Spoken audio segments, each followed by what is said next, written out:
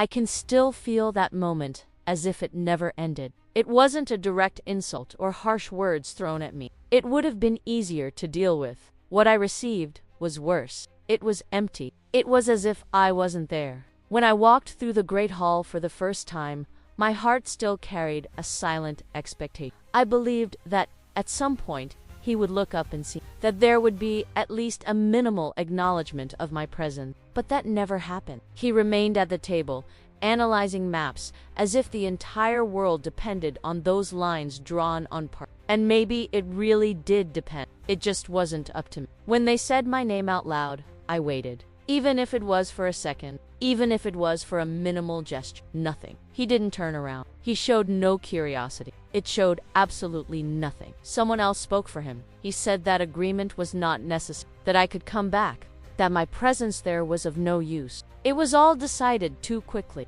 as if my existence could be dismissed without even a pause. I stood still, absorbing every word. I didn't cry.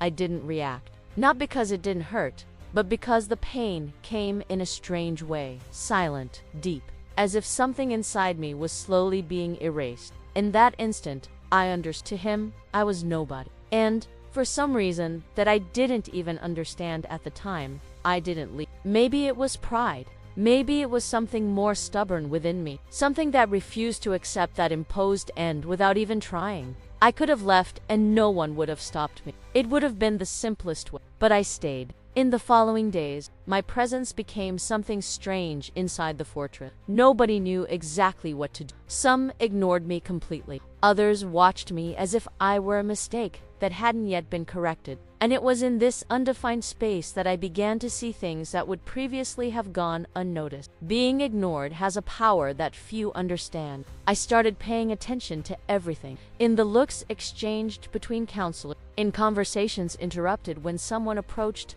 in the hurried footsteps in the corridors at night. Little details that no one seemed to notice, or maybe they noticed, but chose not to see.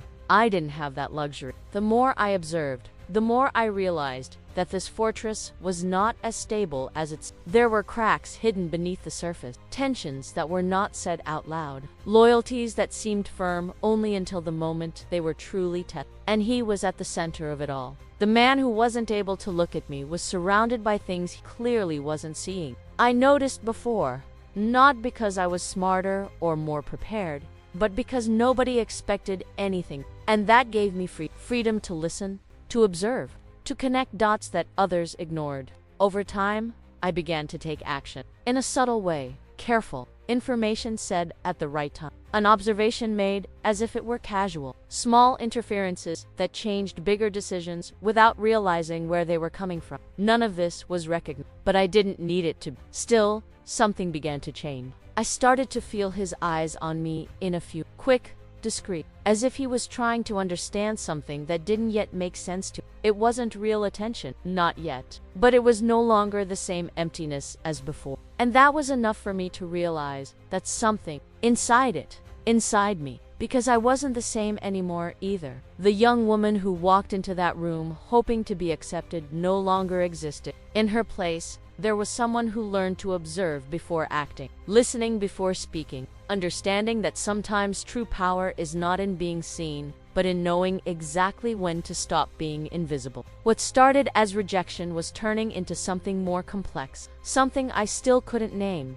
but I knew, with a silent certainty, that it would change everything. I began to understand that place, not by the speeches made in the Great Hall, but by the silences that filled the corridor. It was in the gaps, in the averted glances and interrupted words, that the truth was really hidden. And the more I paid attention, the more it became clear that this fortress was not ruled by force or authority alone, but by a fragile balance that could collapse at any moment. I started walking slowly, as if I had no destination. This meant that no one felt threatened by my presence. I was just someone who was there, with no defined role, no clear importance. And that was exactly my biggest advantage. That night, I heard for the first time something I should have listened. Two men were talking in a narrow hallway, close to the less crowded area. Their voices were low, but charged with urgency. I couldn't understand everything, but a few words stood out clearly. replacement, movement, gates. I remained motionless, partially hidden by the shadow of a stone column. My heart quickened, not because of the fear of being discovered, but because of the feeling that this confirmed what I already suspected. There was something happening within those walls, something that wasn't being said out loud. The next day, I took a closer look at the guards at the gates. Nothing seemed out of place at first glance. The routine was the same, discipline, but there were small details that didn't add up. Too quick a look, a gesture that seemed rehearsed, an exchange of positions that did not follow the usual pattern. It was subtle, almost imperceptible, but now I knew where to look. I started to cross-reference information, what I saw during the day with what I heard at night, small fragments that, together, began to form a disturbing image. And the clearer this image became, the harder it was to ignore the risk it represented. Still, I couldn't just walk up to him and talk. Not after the way I was treated. Not after being completely ignored.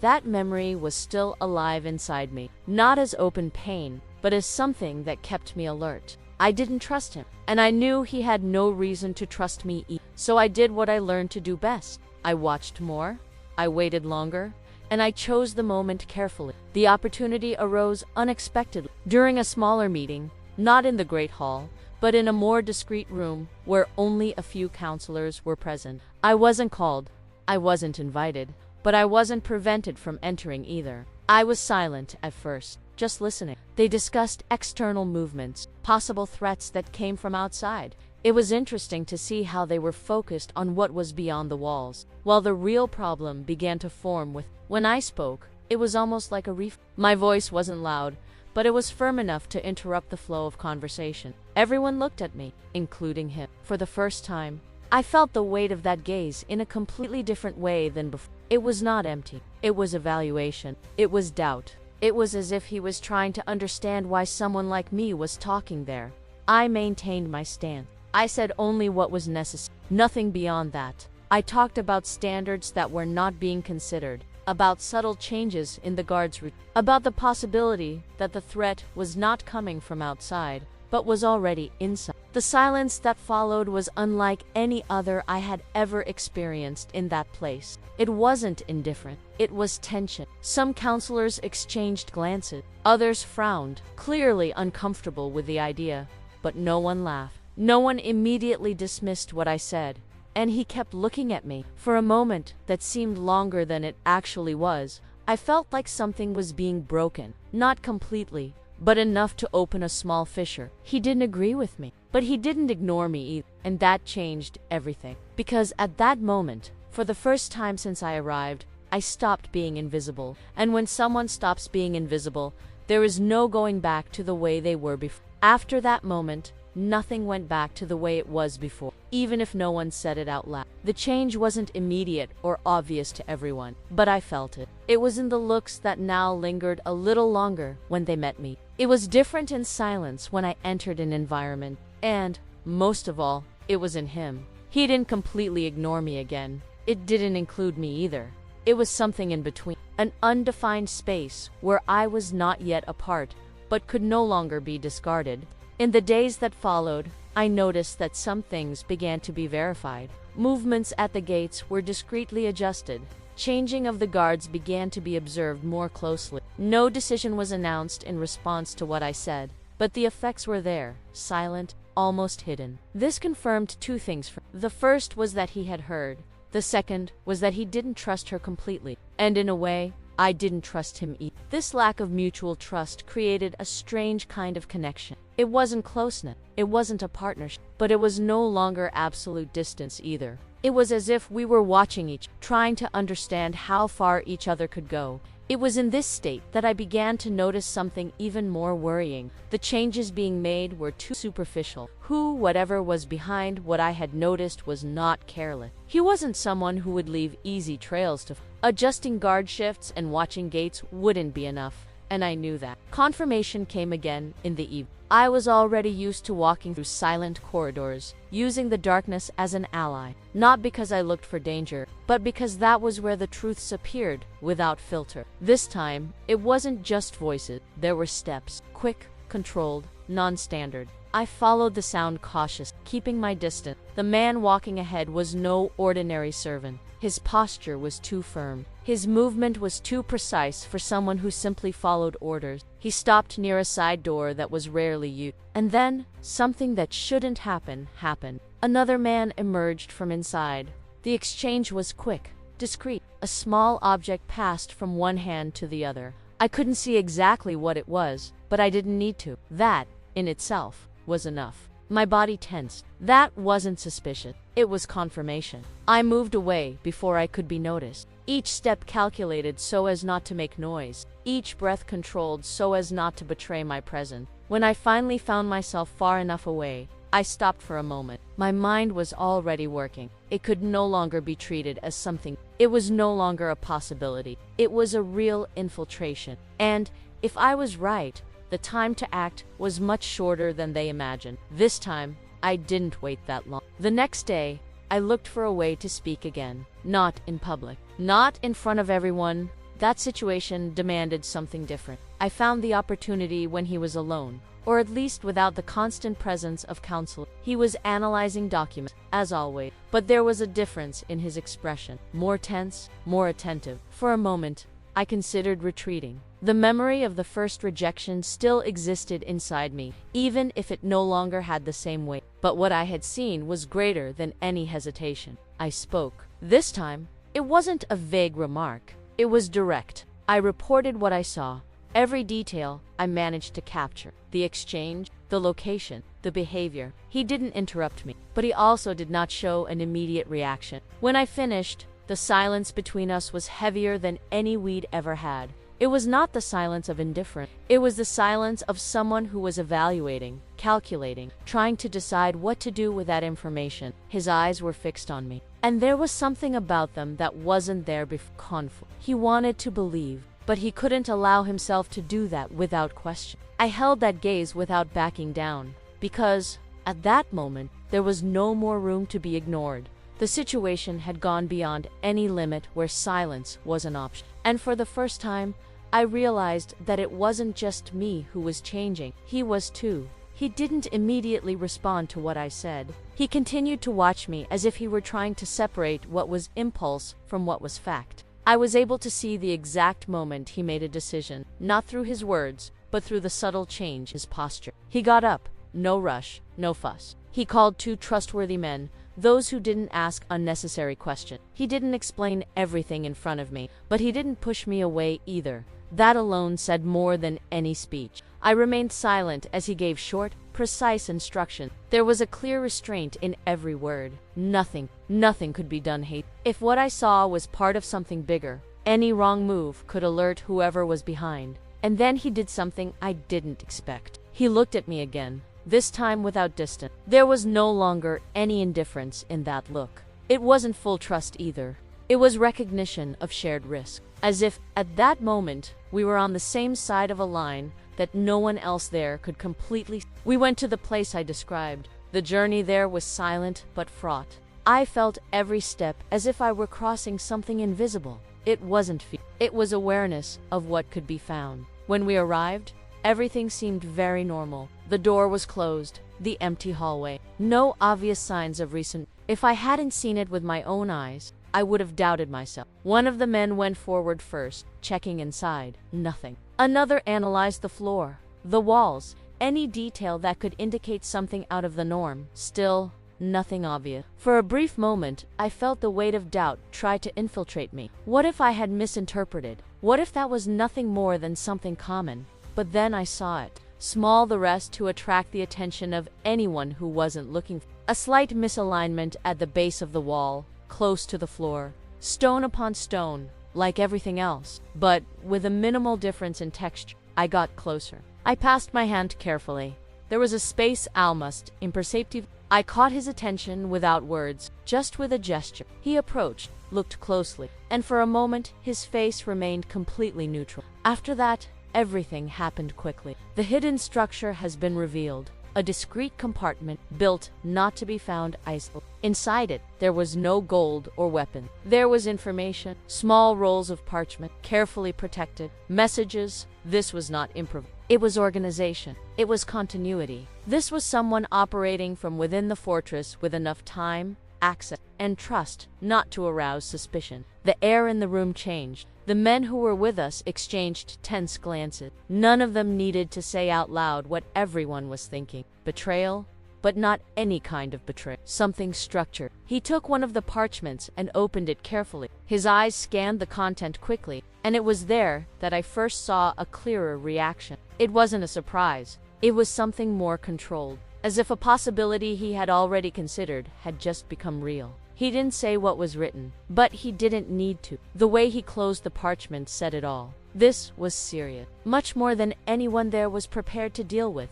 When our eyes met again, there was something different. This time, it wasn't just evaluate, it was certainty. I wasn't wrong, and now he knew it. But along with this certainty came something, an even greater tension. Because discovering the problem was just the beginning. The really dangerous part was yet to come. And at that moment, it became clear to me that there was no longer any way back to where I was before.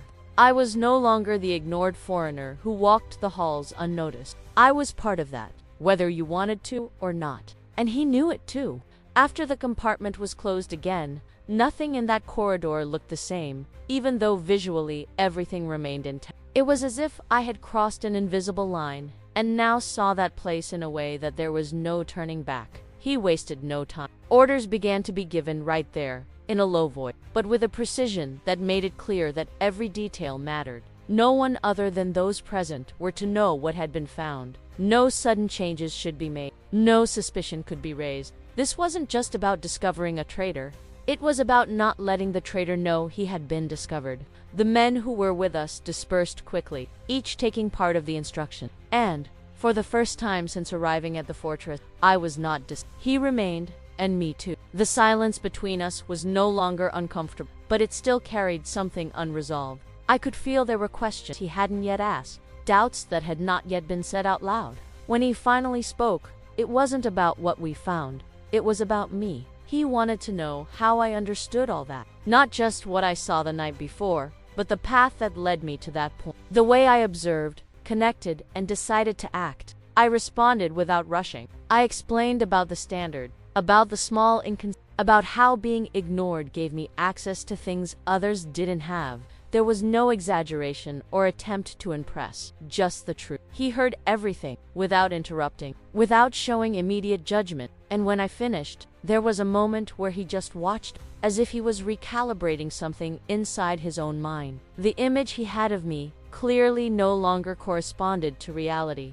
But changing this completely was not simple. I knew that too. Confidence is not born from a single success. It builds over time. Even so, something had already been definitively. This time, when he spoke again, the tone was different, more direct, closer. He started to include me, not in an open or declared way, but in the decisions that were being made from there. He asked what I thought about certain movement. He questioned details that would not even be shared with me. It was subtle, but it was real. And I knew that my every response now carried greater weight. If I messed up, it wouldn't just be about me. It would be about everything that was beginning to form. The following days were marked by constant tension that few fully realized. The fortress continued to function as usual. Guards at their posts, advisors discussing external strategy, to be keeping your routine. But beneath that, there was a silent game going on.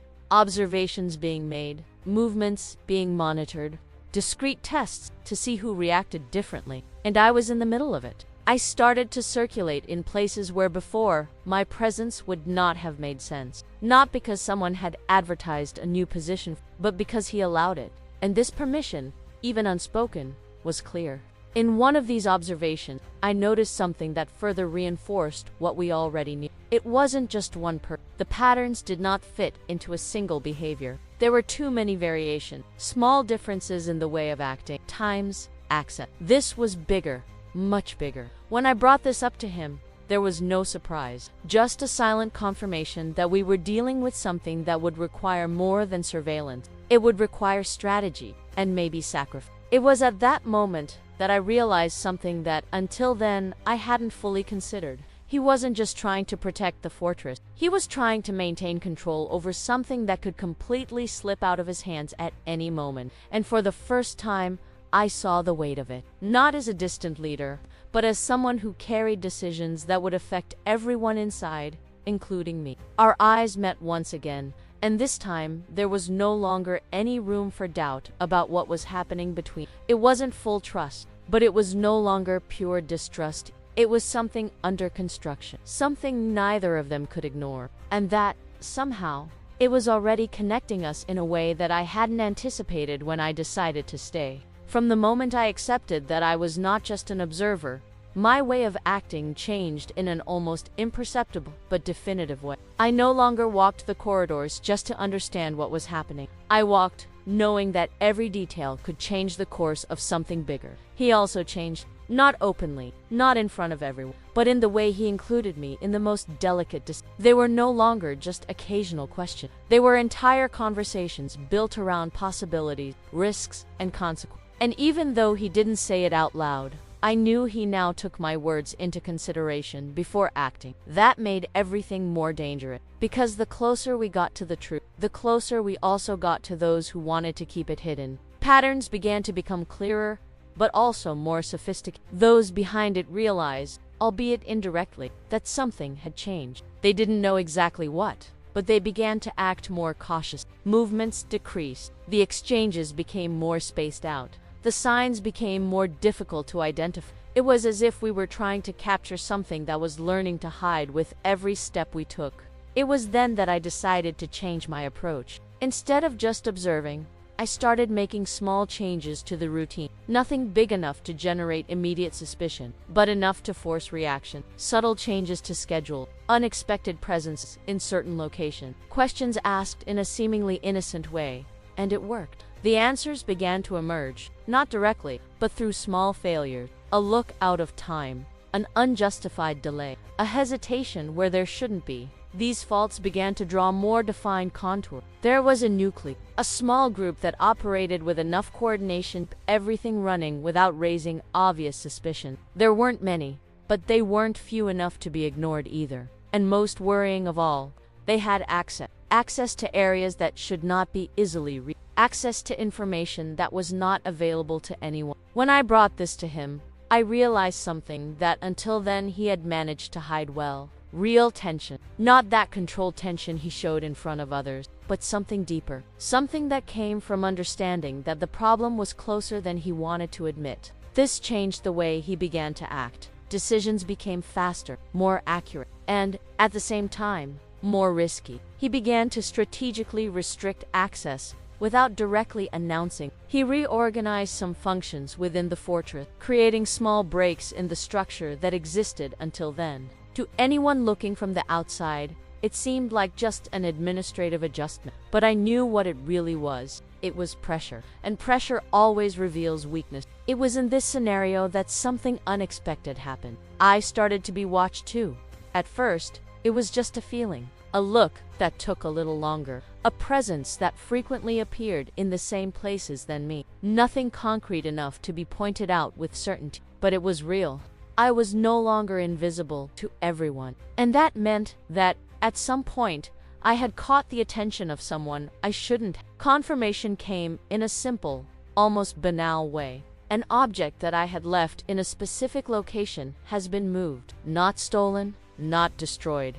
Just subtly shifted. This was no careless. It was a warning, or maybe a test. My body reacted even before my mind organized everything. A silent tension washed over me, not like paralyzing fear, but like constant alertness. They were starting to notice, and if they were watching me, it was only a matter of time before they tried something more direct. When I told him, there was no surprise, just an immediate acceptance that this was inevitable. And for once, he didn't try to minimize he recognized. He said that from that moment on, nothing we did could be considered safe. That didn't make me back down, but it changed the way I started moving. Every step now needed to be calculated, not just to observe, but to survive within that silent game that was becoming more and more dangerous. And, in the midst of it all, A certainty began to form more clearly than ever. I was no longer just helping. I was too involved to leave, and he knew it too. After that silent warning, everything inside me reorganized. It was no longer just a matter of observing and acting cautiously. It was a matter of understanding that my every movement was now being, in some way, monitored. I started acting like I was being watched all the time, and that changed everything. I started to create predictable routines at times, precisely to hide the moments when I was not predictable. He walked the same hallways at similar times, maintaining patterns of behavior that seemed natural, almost boring. To anyone watching, I needed to appear ordinary. But in the spaces between these patterns, I moved differently, faster, more accurate, more aware. He noticed this change without me having to explain. In one of the few conversations we had alone, his gaze lingered on me for longer than usual, as if he were assessing not only what I did, but what I had become within that scenario. There was something new between. It wasn't just strategy. It was trust starting to take hold, even if neither of them said it out loud. And trust, in that context, was dangerous, because the more we trusted each other, the more exposed we became. It was in this state that we decided to move forward. We could no longer just react. We needed to provoke something bigger, force an error, create a situation where those who were in hiding felt pressured enough to act in a less controlled way. The idea came up simply, but carried risk in every detail. We would create false information, something plausible enough to be believed, but strategic enough to reveal who was passing data out. It would not be disclosed. Only a few specific people would have access to this information. If it leaked, we'd know where it started. When he explained the plan to me, I realized how much precision it required.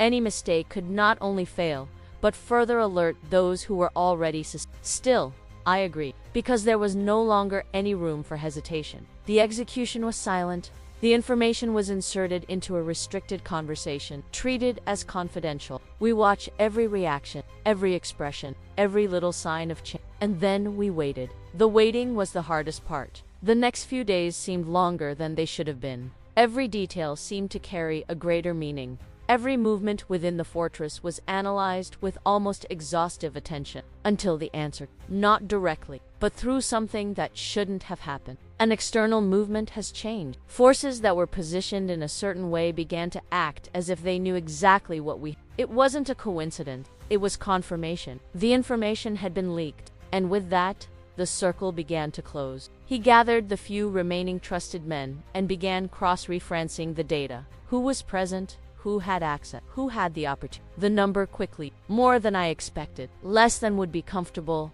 but enough. The problem was no longer abstract. It had faces, it had names, and, perhaps most dangerous of all, it had strategic positions within the fortress. When I realized who was involved, I felt something different go through my body. It wasn't a complete surprise, but it wasn't something easy to accept either, because that meant that the threat was even closer to the center than we imagined. And at the same time, it meant something else. From that point on, there was no more room to watch and wait. The decisions that needed to be made would not be silent, and the consequences wouldn't be either.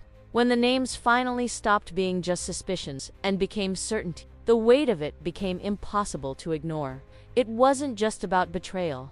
It was about closeness. People who circulated through the same spaces, who participated in the same decisions, who were present in moments where trust was essential. This made everything more delicate and more dangerous. He knew he couldn't act impulsively. Arresting or directly confronting could provoke an immediate reaction. And if there were more involved than we had already identified, any rash move could cause them to disappear before they could be. It was necessary to do this with precision, with control, and, above all, at the right time. While he was organizing how to act, I began to observe another aspect that until then had remained in the background. Their behavior after the leak. When someone believes that they have not yet been discovered, they tend to relax into small details, not completely, but enough to make minimal mistakes. And it was these errors that I was looking for. I started to circulate through the same spaces as before, but now with a more defined objective. I no longer observed everything.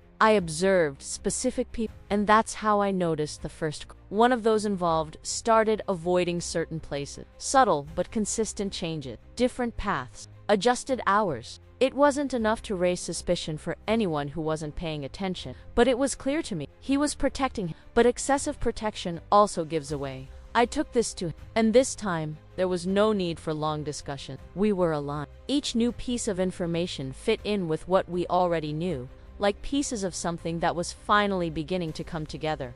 The strategy then changed. Instead of taking direct action against everyone at once, he decided to isolate, to separate, create situations where everyone would be tested without realizing. Different orders were given to different people. Small variations in tasks, times, access. Nothing that caught immediate attention, but enough to observe specific reactions. And the reactions came. Some continued normally, others hesitated, and there were those who tried to correct information they had no way of knowing. These were the ones who confirmed everything. Tension within the fortress began to grow, even if most didn't understand why. It was something in the air, a heavier silence, a feeling that something was about to happen, even if no one knew exactly what. I felt it with every step, and somehow, I also felt something different about him. The way he looked at me now was beyond doubt. There was respect, there was recognition, and there was something more difficult to define, something that went beyond strategy.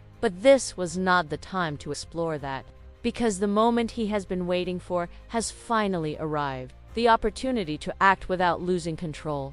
Everything was prepared with care. Those involved were directed, without realizing it, into positions where they could not support each other. Communications were subtly cut, escape routes were monitored without fanfare, and then, when everything was in the right place, he gave the order. It was fast, direct, no room for organized reaction. The first to be confronted still tried to deny it, but it didn't take long for them to realize that there was no way to escape. The evidence was too clear. The patterns were already drawn. Attempts at resistance were efficiently contained, but not everything went as planned. One of them managed to react more aggressively, not with words, with action. The movement was too fast to ignore, a desperate attack, but accurate enough to deal damage before being The chaos lasted just a few seconds, but it was enough to change the course of everything. When silence returned, nothing was the same as before. Not just because the betrayal had been exposed, but because the price for this had begun to be. And at that moment, it became clear to me that it wasn't over yet. The silence that came after was not one of relief. It was heavy, dense, loaded with everything that had not yet been resolved. The body lying on the ground wasn't just proof that betrayal existed. It was confirmation that this had consequences that could no longer be controlled. I stood still for a few seconds, trying to process how quickly everything had gotten out of control. The attack had been impulsive, but not disorganized. There was intention, there was desperation, but there was also decision, and that which meant they knew they were losing. He acted immediately. The orders were given with even greater firmness than before. The survivors were contained, separated, taken to different parts of the fortress. There was no more room for subtle strategies at that moment. What needed to be done now required clarity and But even in the middle of that movement, I noticed something that made me freeze inside. Someone was missing. One of the names we had identified was not among those captured, not even among the injured, not among the dead. That was no small detail. It was the kind of failure that could ruin everything. The information reached him almost at the same time I realized it. And, for the first time since it all began, I saw something he had always managed to hide. Anger. Not uncontrolled anger, but something contained, deep, directed. He immediately understood what that meant. Someone had escaped, and someone who knew too much. The searches began immediately. Guards were sent to each strategic reinforced gates, monitored output. No movement could go unnoticed. But I knew, if that person had already prepared themselves, they wouldn't just be trying to. She would be trying to take something with her. Or worse, take information. My body reacted before I even fully organized the thought. There was a pattern that we hadn't yet closed. A point that, until then, seemed second. That side door, the same place where everything began to reveal itself. Without waiting for order, I moved. The hallway seemed longer than ever, each step echoing louder than it should. When I arrived, the place was apparently empty, too calm. But this time, I wasn't fooled by appearance. I entered cautious, and that's when I heard it. One movement, subtle, but enough. He was there, the missing man. His eyes met mine instantly, and there was no surprise in them, just calculation, as if he had already considered the possibility of someone getting there. For a second, no one moved, but that second carried a tension that stretched time. I didn't have a gun, he had, and he knew how to use it. What came next was not a direct confrontation, but a quick attempt to break the space between. He didn't want to fight. I wanted to pass, to go out, take what you needed to take. My body reacted on instinct. I dodged the first movement, feeling the impact come too close. I used the environment to my advantage, backing up just enough to avoid being trapped. I didn't need to beat him. I needed to slow him down, and that made all the difference. The seconds I gained were enough. Footsteps echoed in the hallway, voices, the presence of others approaching. He noticed, and at that moment, he made a decision. He didn't try to continue. He didn't try to fight until the end. Chose a different exit. Quick, definitive. Before anyone could stop him, he turned the blade on himself. The movement was as fast as the previous attack. And suddenly, everything stopped. The body fell, and with it, any chance of easy answer. I stood still, feeling the weight of it set in slowly but inevitably. This wasn't just an interrupted escape. It was an imposed silence. He took with him information that we may never recover. When the others arrived, there was nothing more to be done. And at that moment, I understood something that until then had not yet fully formed within me. We hadn't won. We had just prevented something worse. But what remained was still big enough to change everything. The silence that remained after that death did not bring answer. It brought weight, a type of weight that does not dissipate over time. It only settles inside whoever remains. I continued looking at the body on the floor longer than I should have. Not for the scene itself, but for what it represented. This wasn't just the end of one man. It was the end of everything he could have revealed. Questions that could no longer be asked. Answers that would never be given. When he arrived, he stopped next to me without saying anything. There was no need for words at that moment. We both understood exactly what that meant. He had escaped our control at the last moment. Not physically, but in the only way that really mattered. Taking with us what we knew still existed, even without being able to see it The body was taken. The isolated place. Orders continued to be given with the same firmness as before, but there was something different about the rhythm. Less immediate urgency, more restraint. The most visible problem had been controlled, but what remained was harder to measure. In the days that followed, the fortress changed. Not evidently for everyone, but enough for those who want. I was paying attention. Conversations became shorter.